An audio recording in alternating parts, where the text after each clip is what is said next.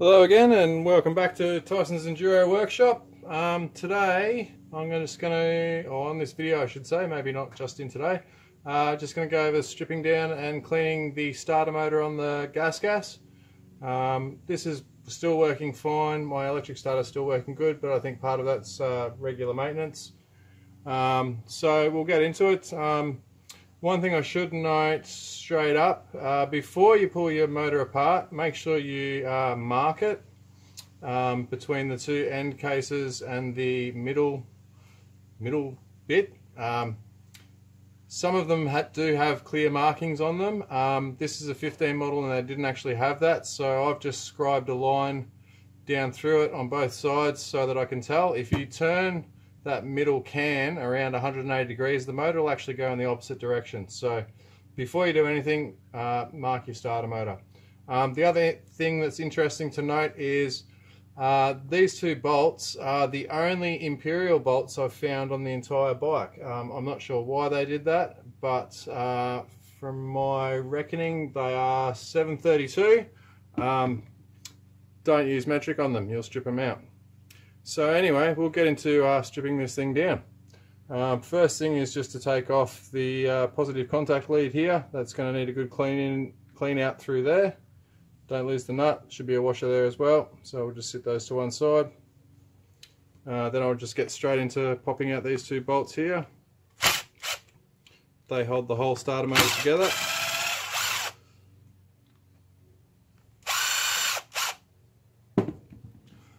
Pull those out.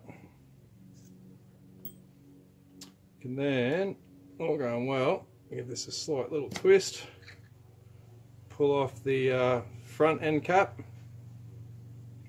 You can then just basically, if you're lucky, beat the magnets. Oh, there you go. The magnets are actually holding the armature in there. Then you have the bottom end cap with your bushes in there. I did just want to basically pull this apart to check that the brushes, I should say, not bushes. There's bushes in there too, but the brushes are the important part. So down in here are your two brushes. Hope you can see those all right. They're spring loaded. They do have a little wear dot on them to show you how far they're worn. These have still got a bit more life in them by the looks of it. I have replaced these previously, so they're not the original brushes in there. And I will post up a crossover brushes number, which is actually a Yamaha part. They fit in perfectly, straight up.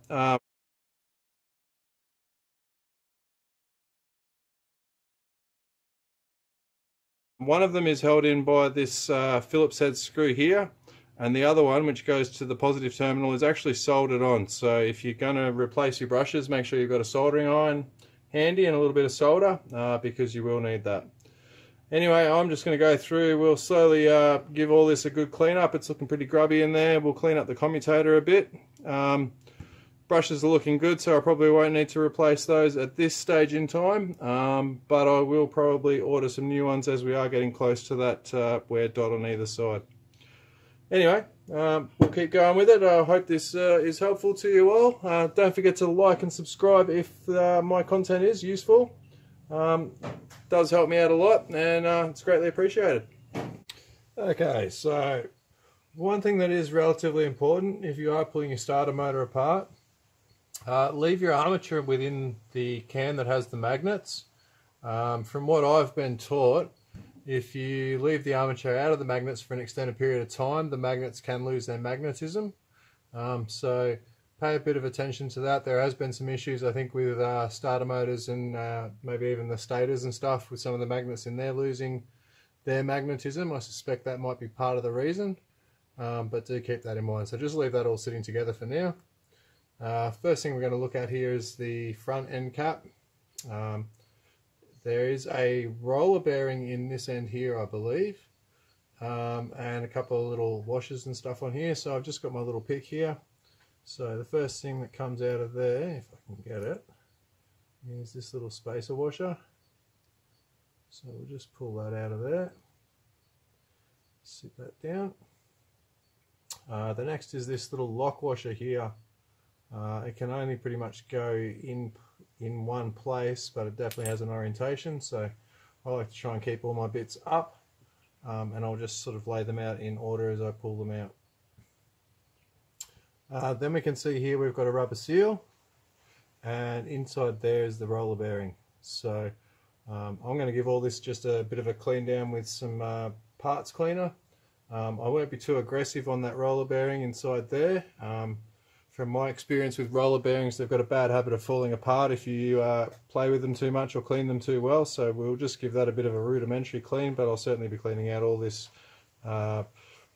brush dust through here. As you can see, there's quite a bit of a build-up. So yeah, we'll get onto that now.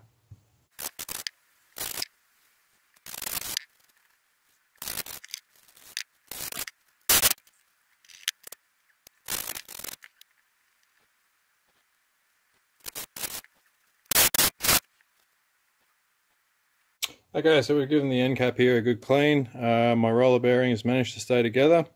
That's always a good thing.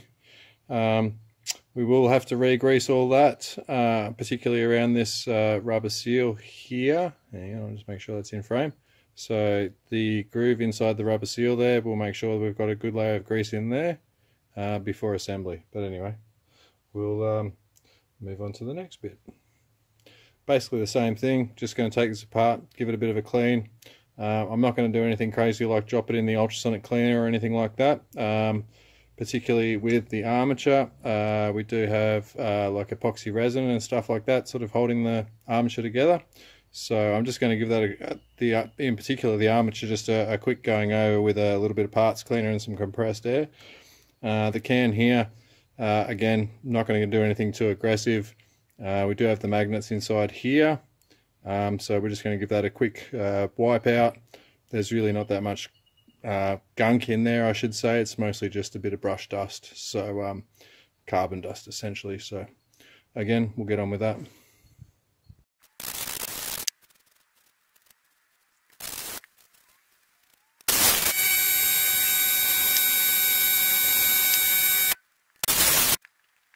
And same again for the end cap here. There is only a bush in this end, so we don't have to worry about a roller bearing. But because of all the brushes and everything else, again, we'll be fairly gentle with this, just a bit of parts cleaner. Might actually find a paintbrush just to give that a bit of a scrub and some compressed air.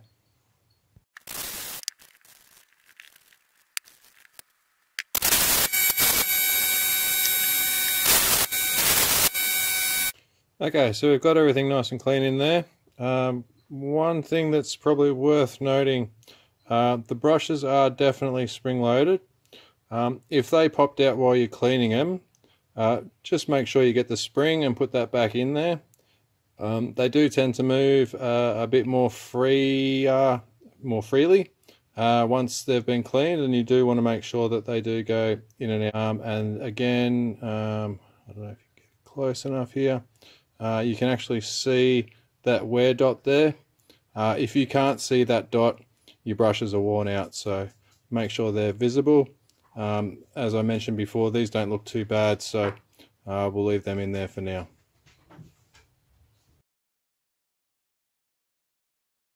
Okay, so the next thing I'm going to do is just dress up the commutator here a little bit. As you can see, there's some burn marks on it, even though it's quite clean. So I'll just pull that out of the armature, this is the armature, they're the magnets, middle case I suppose.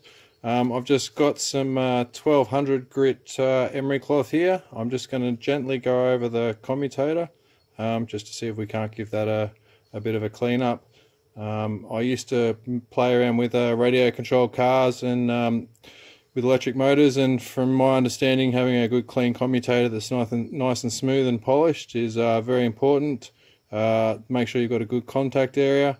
The other thing is to, after you've cleaned it up with the emery cloth, to go through and make sure each of these segments in the commutator itself are clean in between there as well. So we'll just have a bit of a go at that now and see how we go.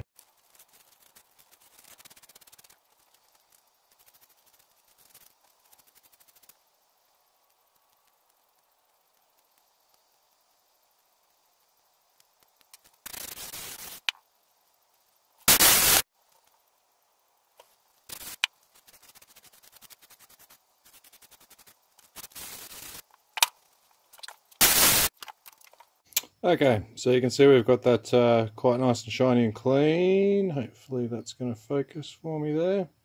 You're not really trying to remove metal, you're just trying to clean that up, try and keep it nice and parallel and everything else, and just basically give it a bit of a light polish. There's still a little bit of pitting and stuff in here, but I really don't want to hit that much harder than what I've already done.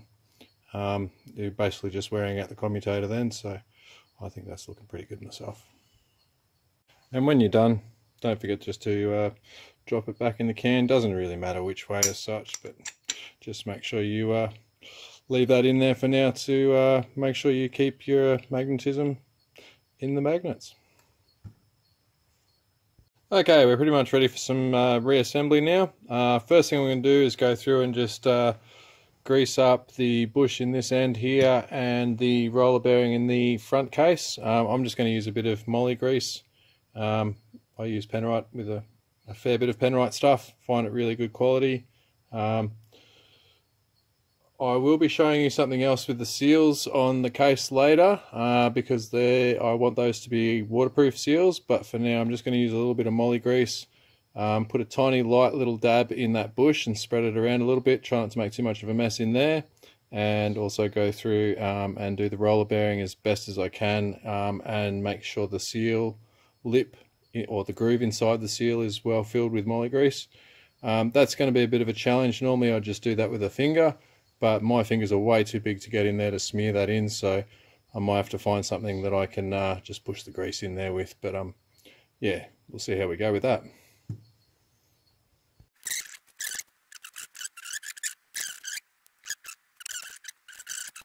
Okay, nearly ready for assembly. One last step that I like to do, and maybe this isn't completely correct or necessary. Because I want this to be waterproof, I'm just going to use a little bit of marine grease and just put a very light smear around the mating faces here where the O-ring is, just to give me a bit more confidence that the actual starter motor itself is going to be waterproof. So anyway, we'll go ahead and do that. Okay, so I've put just a really light smear around those O-rings, cleaned up any excess that may have gotten inside. That's looking pretty good. One thing I did neglect to mention is with the washers on the end bell, just give those a little bit of a smear with some moly grease as well. Not only is that for lubrication, but it'll help them stick in there a little bit better as well when you're reassembling. So I'll just quickly do that. Okay, I think we're ready for assembly. Just going to line everything up. There is a little bit of a trick with this, or it's a bit fiddly I should say. The other thing is to make sure that you have your middle can orientated the right way. The big groove goes towards the commutator end, so keep that in mind. This will all sort of slop together pretty quickly, all going well. So first thing is to try and get the armature back in between the brushes. I have found this a little bit tricky in the past. What I do find is having a few little pokey things handy just to get those brushes out of the way so that you can drop the commutator down in there. So I'll see if I can do that without swearing too much. Alright, let's see how we go here. I'm just going to make sure that they're well seated in and the springs are in the right places. I do find that if you push at least one of them out of the way, makes it a little bit easier, and then you can sort of, going a little bit diagonal, get the other one in past the first brush. Make sure they're seated down to the bush, and then we have that one seated in there like that. Make sure that's turning well, which it is, and I can't see any excess grease down inside that end cap, so that's a good sign. Okay, now for the next bit. This is often a little bit tricky. At the moment you put this can anywhere near the armature there, it's going to try and suck it back out of those bushes. So it's a little bit of a process of trying to hold the armature down while you sit the can over the top. Oh, another finger inside there to make sure you don't pull it out. And this is always a little bit fun. There we go. It's actually pulled itself together beautifully. make sure that's seated well. Then it's a good idea, using your reference marks that you've made previously, just to rotate that can around to line those up. So we'll do that to about there. That looks pretty good. My reference marks on this side here line up, so there we go, halfway there. Just sit that to one side. The next I'm just going to drop those washers back into the front end cap. Actually just put that in upside down, that was a bit silly of me. I'll just pop that one out, flip him over. So that one there locks in place. As you can see, I do have a little bit of grease on here. With my little spacer washer, I'll actually just drop that in over the armature, make sure that it's located properly, like that. And then we can go ahead and drop the end cap on.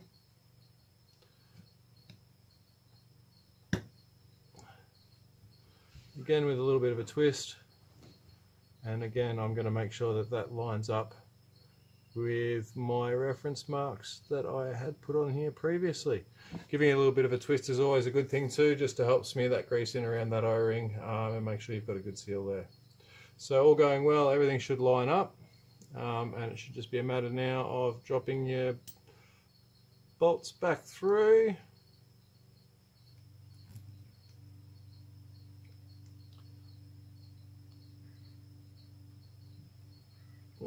Like that.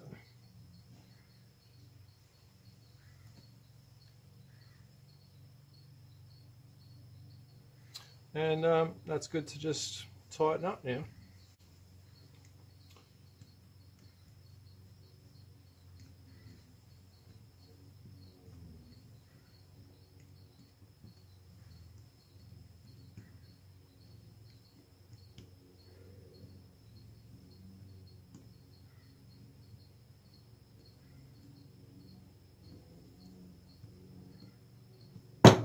Yep.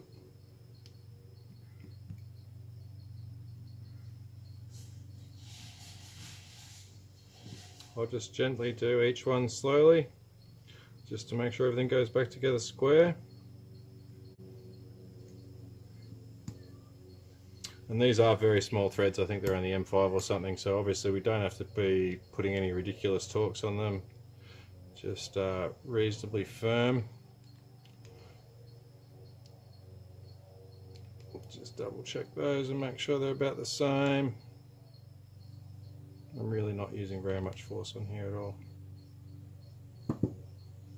And there we have it. And give the whole thing a quick wipe down just to take off any excess grease.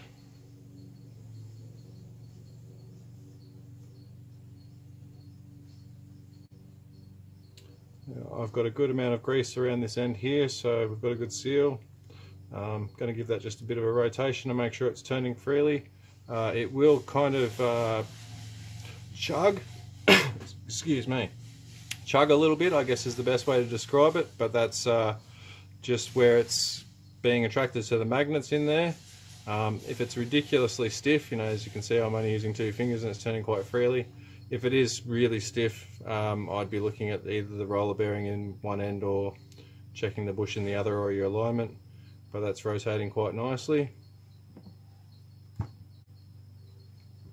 And the next thing we can do, just to give it a quick test, make sure everything's going good. This can be a little bit exciting at times, but just got a battery here. I'm just going to sit the positive terminal onto the positive terminal of the battery, and we'll give it a bit of an arc. And that sounds like it's running really well. A little bit of extra grease spraying out the end there, not uncommon. That should be good to go.